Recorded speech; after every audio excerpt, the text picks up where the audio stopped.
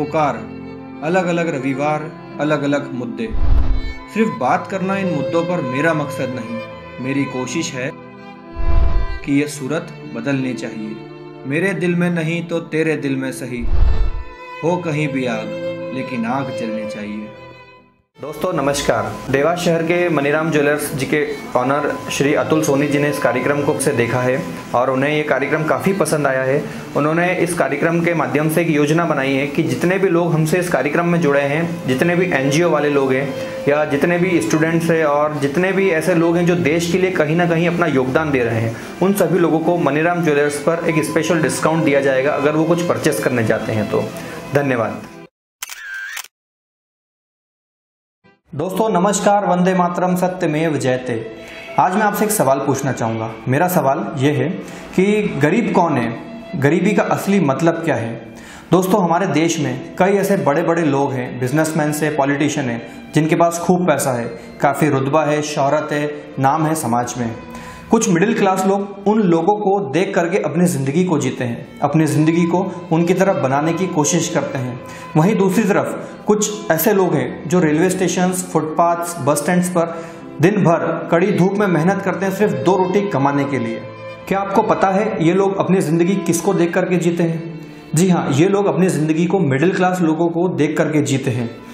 दोस्तों ये जो लोग होते हैं, ये लोग किसी अंबानी की तरह बनना नहीं चाहते हैं। ये लोग तो शायद बेचारे वहां तक सोचते भी नहीं होंगे। जी हाँ दोस्तों, अब मैं अगर आपसे कहूं कि गरीबी का मुख्य कारण पैसा है तो ये बिल्कुल गलत बात है। जी हाँ, क्योंकि अगर गरीबी का मुख्य कारण पैसा होता तो जो रेलवे स्टेशन और फुटपाथ्स पर लोग रहते हैं वो गरीब होते हैं किसकी तुलना में?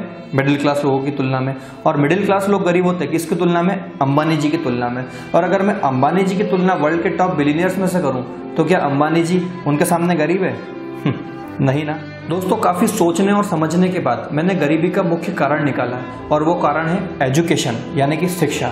जी हाँ दोस्तों, अगर जो रेलवे स्टेशन, फुटपाथ या बस स्टैंड्स पर जो लोग रहते हैं, अगर उन्हें प्रॉपर गाइडेंस मिला जाए, प्रॉपर एजुकेशन मिला जाए, तो वो भी आने वाले समय पर खुद का एक अच्छा स्टार्टअप कर सकते हैं या फिर कोई अच्छी कंपनी में जॉब कर सकते हैं। जी हाँ दोस्तों, हमारा आज का टॉपिक है एजुकेशन फॉर स्लम्स। दोस्तों अब आपको कुछ ऐसे बच्चों से मिलवाते हैं जिनके जीवन में शिक्षा ने एक अहम भूमिका निभाई है। आइए। ये है देवास शहर का गवर्नमेंट मिडिल स्कूल। यहाँ पर ऐसे बच्चों को शिक्षा दी जाती है जिनके परिवार की आर्थिक स्थिति ठीक नहीं हो या जिन बच्चों के सर पे माता पिता का साया ना हो। बच्चों good morning. Good morning sir. बहुत आप नन्हे नन्हे बच्चे हो, काफ़ी अच्छा मुझे आज आपसे बात करने का मौका मिला। आपका क्या नाम है, आप बताइए। मेरा नाम लक्की जाटवा है, मेरे पिता का नाम शेखर जाटवा। आपका नाम? मेरा नाम गौतम मांगीलाल है। मैं आपका? मेरा नाम अर्पित तिवारी है, मेरे पापा का नाम उमा शंकर तिवारी है। अच्छा, वेरी गुड। आपके पिताजी क्या करते हैं सबके, आप बताइए। मेरे पिताजी मिस्त्री का काम करते हैं। मिस्त्री का काम। आपके पिताजी? हमारे पिताजी नहीं है। अच्छा, आपके पापा नहीं है, ठीक है। आपके पिताजी? मजदूरी करते हैं। मजदूरी करते हैं। बच्चों आप लोग यहाँ पर पता है किस उद्देश्य से आए हैं इस स्कूल में? क्या उद्देश्य है आपका? पढ़ाई। Very good, very good. आप लोगों का उद्देश्य पढ़ाई करना है ना। तो यहाँ पर आपको अच्छी एजुकेशन मिलती है, काफ़ी अच्छे से पढ़ते हैं आप लोग सभी। अच्छा, और दूसरी चीज़ मैं ये पूछता हूँ कि आप लोग यहाँ पर किस माध्यम से आए हैं, मतलब आपको यहाँ पर किसने छोड़ा? जैसे आपके पिताजी नहीं है आपने बताया, तो आपको फिर यहाँ पर कैसे आए, आप बताइए थोड़ा। कुछ संस्था वालों ने छोड़ा। अच्छा, आप? मैं जब गली में घूम रहा था, मेरे मामा जी घर पे मिलने के लिए आए थे, उनने बताया था कि यहाँ पे हॉस्टल है, तो फिर ना छोड़ा।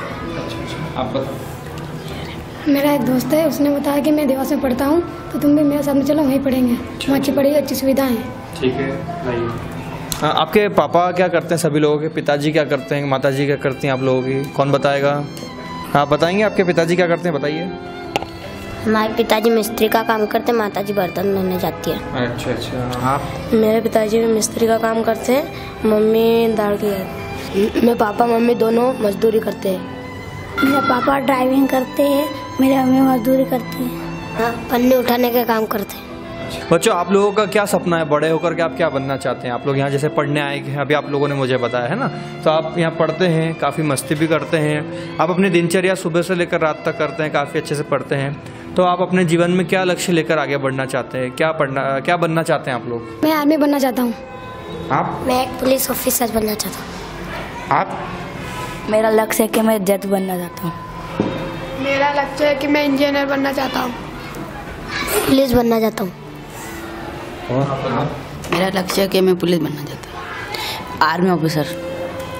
मैं भी आर्मी ऑफिसर बनना है। बहुत बढ़िया, आप लोगों के काफ़ी अच्छे विचार हैं, सोच है कि आप लोग किसी को आर्मी में जाना है, किसी को पुलिस में जाना है, किसी को कुछ अच्छा आगे बढ़ना है, ज़िंदगी में इंजीनियर बनना है। बहुत अच्छा लगा आप लोगों से बात करके। बच्चों, यहाँ पर आपको पूरा खाना वगैरह सब अच्छे से मिलता है, सारी चीज़ें मिलती है, सब टाइम पे मिलता है आप लोगों को, कोई कमी तो नहीं है यहाँ पे? बच्चों, जैसा कि आप लोगों ने बताया कि आप कुछ आर्मी में जाना चाहते हैं, आर्मी में जाना चाहते हैं, कुछ पुलिस में जाना चाहते हैं, काफ़ी कोई इंजीनियर बनना चाहते हैं, तो मैं चाहता हूं कि आप समाज के प्रति आप लोग क्या एक अच्छा मैसेज दे सकते हैं एजुकेशन को लेकर के, शिक्षा को लेकर के। कोई एक अच्छा सा आपके मन में जो विचार है वो आप बताइए कि एजुकेशन का हमारे जीवन में महत्व क्या है, इसके बारे में कौन बताएगा मुझे? शिक्षा से हमें अच्छे संस्कार मिलते हैं और बड़ी कामयाबी मिलती है। हम पढ़ लिख कर अच्छे आदमी बन सकते हैं और हमको सम्मान मिलता है। हम हमारे घर को चलाने के लिए पढ़ाई करते हैं। बच्चों, काफ़ी अच्छा लगा मुझे आप लोगों से बात करके। आप लोगों ने अपने जीवन में एक लक्ष्य लेकर चल रहे हैं, सबसे पहले तो ये बहुत बड़ी बात है, क्योंकि देखिए अगर शिक्षा नहीं मिल पाती है तो इंसान का जीने का अर्थ ही नहीं रहता है मेरे ख्याल से। अगर शिक्षा नहीं मिली तो इंसान का जीने का अर्थ ही नहीं रहता है, क्योंकि शिक्षा एक ऐसी चीज़ है जो हमें आज नहीं तो कल आगे जा कर के हमें एक इंसान बनाती है। हम पैदा तो सभी लोग हो जाते हैं, लेकिन हमारे अंदर जो गुण रहते हैं, जो हमारे अंदर इंसानियत की भावना रहती है, वो केवल एक शिक्षा से आ सकती है ना? आप सभी लोग इस चीज़ को मानते हैं ना? बिल्कुल मानते हैं कि नहीं मानते हैं? मानते हैं ना? तो बिल्कुल आप लोग अच्छे मन लगा के पढ़िएगा और लाइफ में बहुत आगे जाइएगा। मैं ईश्वर से यही कामना करता हूँ। पढ़ेंगे आप लोग सभी अच्छे से आगे? Very good, thank you so much friends. Tanmay's Education Hub, a complete education center providing quality education with 100% guaranteed success from 4 years, where you get classes for class 1 to 10, all government competitive exams and kids play school. Contact A10 Kalani Bagh behind ICICI Bank, Dewas, Madhya Pradesh. जब CBSE विद्यालयों की toppers की list बनती है तो toppers में नाम आता है सीजी ट्यूटोरियल के विद्यार्थियों का। सर्वोच्च अंकों के साथ इस वर्ष भी आगे सीजी ट्यूटोरियल्स। अगर आप चाहते हैं कि आपके भविष्य का सुनहरा निर्माण हो तो आज ही संपर्क करें CG tutorial, near LNB club, AB road, Dewas. Projection education network Dewas के युवाओं के लिए 10 साल से निरंतर काम कर रही IT कंपनी पिक्सल एनेक्स द्वारा संचालित है, जहां विद्यार्थी को मिलेगी web development, college internship, technical and basic computer courses और देवास और इंदौर में किसी भी क्षेत्र में जॉब पाने के लिए आज ही संपर्क करें। 90 AB रोड, LNB क्लब के सामने। Prime hospital and research centre. हमारा उद्देश्य बेहतर चिकित्सा सेवाएं उपलब्ध कराना, वो भी बिल्कुल उचित दाम पर। डॉक्टर पवन कुमार चिल्लोरिया। हमारा पता है 105A civil line, main road, Dewas, Madhya Pradesh. दोस्तों, इस मुद्दे पर देवास में माध्यमिक विद्यालय है। आज हम उस विद्यालय के संचालक जी से हम मिलेंगे, श्री ठाकुर जी से। भाई साहब, आपका बहुत बहुत स्वागत है पहले तो हमारे इस पुकार नामक कार्यक्रम में। सुरेश जी। सर, मेरा सबसे पहला सवाल ये रहेगा कि आप इस मुद्दे पर किस प्रकार से काम करते हैं? देखिए, हमारे स्कूल में छात्रावास संचालित हो रहे हैं और हमें काफ़ी लंबे समय से इन छात्रावासों में बच्चों के साथ काम करने का काफ़ी अनुभव हुआ। हमारे इस विद्यालय में ऐसे बच्चे चयनित होकर आते हैं जो बच्चे जिनके घरों में किसी प्रकार की व्यवस्थाएं नहीं होती, झुग्गी झोपड़ी के बच्चे, प्लेटफार्म पर रात को सोने वाले बच्चे, इसके अलावा सड़कों पर घूमने वाले बच्चे और सड़कों पर पन्नी बिनने वाले बच्चे, भिक्षावृत्ति करने वाले बच्चे और हमारे विद्यालय में हमें इनके साथ साथ मूक बधिर, दृष्टिहीन और ये मानसिक रूप से कमज़ोर बच्चों के साथ काम करना पड़ता है। और ये बच्चे मतलब काफ़ी सेंसिटिव होते हैं, इनको हमें काफ़ी इनको सहानुभूति से, काफ़ी प्यार से, दुलार से रखना पड़ता है और इन बच्चों के साथ काम करने में काफ़ी सुखद अनुभव महसूस होता है। तो सर, ये बच्चे आपके पास आते कहाँ से? आप किस प्रकार से इन बच्चों को अपने पास बुलाते हैं? इन बच्चों को हम हमारे शिक्षा विभाग का एक सर्वे होता है, उस सर्वे के माध्यम से भी हम चिन्हांकित करते हैं। जो बच्चे कभी स्कूल नहीं गए उन बच्चों का चिन्हांकन करते हैं, जो बच्चे बीच में शिक्षा छोड़ चुके हैं किसी कारणवश उनका चिन्हांकन करते हैं। और इसी के साथ सरकारी महिला बाल विकास अधिकारी और महिला सशक्तिकरण अधिकारी के सहायता से और कुछ एनजीओ ऐसे हैं जो हमारे साथ काम करते हैं। सर कितने सालों से आप इस मुद्दे पे काम कर रहे हैं? इस मुद्दे पर लगभग हमें 10 साल हो गए हैं काम करते करते। और इन बच्चों में को हम पहले चयनित करते हैं कि वास्तव में बच्चा अगर किसी स्कूल में जा रहा है तो उसको पहले उस स्कूल में प्रवेश दिलाने का प्रयास करते हैं। अगर वो कहीं नहीं जा रहा तो फिर हम उसको सिलेक्ट करके उस बच्चे को अपने हॉस्टल में लाकर उसको रखते हैं। वहीं बच्चों की पूरी व्यवस्थाएं रहती है, उनको खाने पीने की, कपड़े की सारी व्यवस्था वहीं रहती है, उनकी पढ़ने की, उनको ना काफ़ी किताब सभी निःशुल्क दिया जाता है। जी। तो सर अभी तक आपने कितने बच्चों को इस प्रकार से सहायता पहुंचाई है? हमारे हॉस्टल में पिछले 5 सालों में लगभग 800 बच्चे ऐसे रहे हैं जिनकी हमने सहायता की है। और जो बच्चे ठहर गए वो बच्चे आगे बढ़ जाते शिक्षा के क्षेत्र में। कुछ बच्चों का इंजीनियरिंग में भी प्रवेश हो गया है, कुछ बच्चे मेडिकल लाइन में भी चले गए हैं। ऐसे बच्चों को हम बड़े प्यार से मतलब उनका जो लाइन अगर बच्चों के साथ काम करते हैं तो बच्चों की भावनाओं के साथ भी उनका काम करना पड़ता है, वो क्या चाहते बच्चे। बिल्कुल। दोस्तों जैसा कि अभी भाई साहब ने हमें बताया कि 800 से अधिक बच्चों का इन लोगों ने अभी तक इस प्रकार से शिक्षा पहुंचाई है, तो ये बहुत ही अच्छा विषय है, बहुत ही अच्छा मुद्दा है जो अपने आप में एक मिसाल कायम करता है कि अगर एक भी बच्चा अगर पढ़ेगा नहीं तो देश को कितना नुकसान होगा, उस बच्चे को और बच्चे के परिवार को कितना नुकसान होगा। तो इन्होंने 800 परिवारों को इस प्रकार से 800 परिवारों को इन लोगों ने मतलब शिक्षा दी है और उनके उज्जवल भविष्य की कामना करी है। भाई साहब मेरा अगला सवाल आपसे ये रहेगा, कितने लोग आपके साथ मिलकर इसमें काम करते हैं? इसमें हमारे साथ शिक्षक जो हमारे शिक्षक साथी वो उनके साथ साथ हमारे साथ विभाग भी रहता है और हमारे छात्रावास में नियुक्त कर्मचारी भी साथ में काम करते हैं, जन शिक्षक भी काम करते हैं, विकासखंड स्तर के हमारे जो जनपद शिक्षा केंद्र होता है उसके भी कर्मचारी हमारे साथ। जब हमें किसी कॉलोनी में जाकर बच्चों का सर्वे करना होता तो सब मिल के काम करते हैं उसके साथ और हमें सभी का सहयोग मिलता है उसमें। लगभग कितने लोगों की टीम होगी? हमारी कम से कम 50 लोगों की टीम हो जाती इकट्ठी इसमें पूरे। जी। और अगर माना जाए तो शिक्षा विभाग के जितने कर्मचारी जो मतलब विलेज एजुकेशन रजिस्टर का सर्वे करते हैं या वार्ड एजुकेशन रजिस्टर का सर्वे करते हैं तो शिक्षा विभाग के तो सभी कर्मचारी इसमें लगी जाते हैं इस समय काम करने के लिए। भाई साहब जैसे कि हम सभी लोग अपनी अपनी निजी जिंदगियों में व्यस्त रहते हैं, तो आपके अंदर इस प्रकार से भाव कहाँ से आया कि मुझे लोगों की बच्चों की मदद करना है? देखिए बच्चे तो सभी ने कहा ईश्वर का स्वरूप होते हैं और जब हम लोग जैसे मैं खुद एक विकलांग हूँ और इसी के साथ बच्चों के साथ जैसे कोई भिक्षावृत्ति कर रहा है किसी मंदिर के बाहर तो बच्चों को हमारी सरकार का भी यही प्रयास है, हमारा भी यही प्रयास है, सभी का प्रयास है तो बच्चों को जोड़ना एक और ऐसा लगा कि नहीं इनके साथ काम करने में ज़्यादा मैं मतलब मेरा ये है कि जिस दिन भी अवकाश होता है उस दिन ऐसा लगता है कि आज बच्चों के साथ मैं बैठ नहीं पाऊंगा, लेकिन कुछ समय निकाल के फिर बच्चों के साथ जाके बैठ जाता हूँ। बिल्कुल।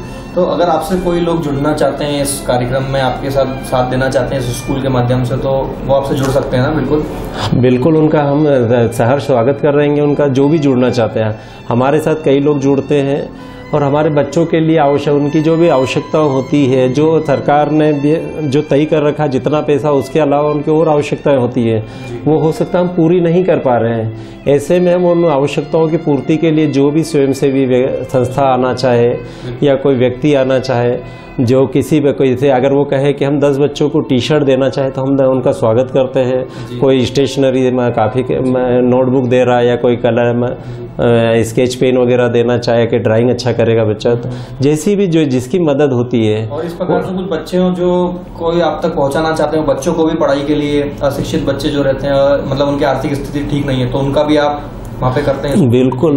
मैं मतलब अभी ग्रीष्मावकाश में भी हम बैठते हैं प्रतिदिन 10 से 2 बजे तक और जो व्यक्ति आते हैं उनका बिल्कुल या किसी माध्यम से भी कोई एनजीओ के माध्यम से भी आ रहा है या कोई व्यक्ति जैसे किसी ने कहीं से बच्चा उसको मिल गया कि ये बच्चा रोज मैं देख रहा हूँ कि ये भिक्षावृत्ति कर रहा है और वो लाके छोड़ देते हैं, तो हम उन बच्चों को बिल्कुल रखते हैं हमारे यहाँ हॉस्टल में और उनकी निःशुल्क मतलब सारी व्यवस्थाएं की जाती है।